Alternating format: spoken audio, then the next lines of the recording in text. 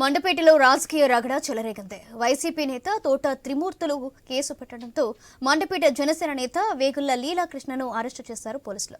తన కుమారుడు పృథ్వీరాజ్ కారుపై దాడి చేశారని ఆరోపణలు చేశారు తోట. కోర్టులో ప్రవేశపెట్టిన తర్వాత లీలాకృష్ణకు బెయిల్ రావడంతో ఆనందంలో మునిగిపోయారు ఆయన అభిమానులు. దీంతో తనను అన్యాయంగా కేసులో ఇరికించారని వాపోయారు లీలాకృష్ణ.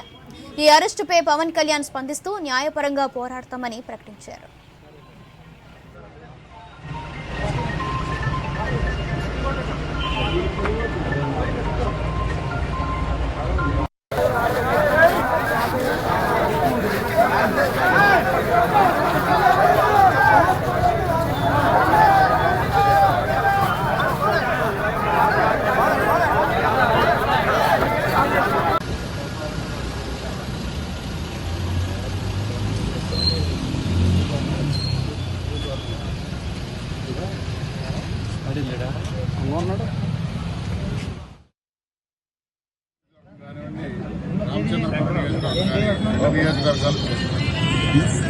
ఈ నియోజకవర్గంలో ఒక ప్రజాభక్షకుడు, ఒక నీతిమాలిన వ్యక్తి ప్రజలను మోసం చేసి గత 30 సంవత్సరాలుగా వాళ్ళ మీద జీవిస్తూ ఉన్నాడు, వాళ్ళ మీద బతుకుతున్నాడు, వాళ్ళ రక్తం పీడించుతున్నాడు.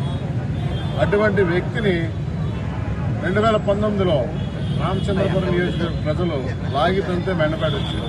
ఈరోజు మెండపేటలో ఈడ్చి తంతే మళ్ళీ రామచంద్రపురం వద్దామంటే మా సోదరుడు సుభాష్ కత్తట్టం పెట్టి కూర్చున్నాడు. ఇక్కడ దొరికితే ఏంటో చూపిస్తాడు.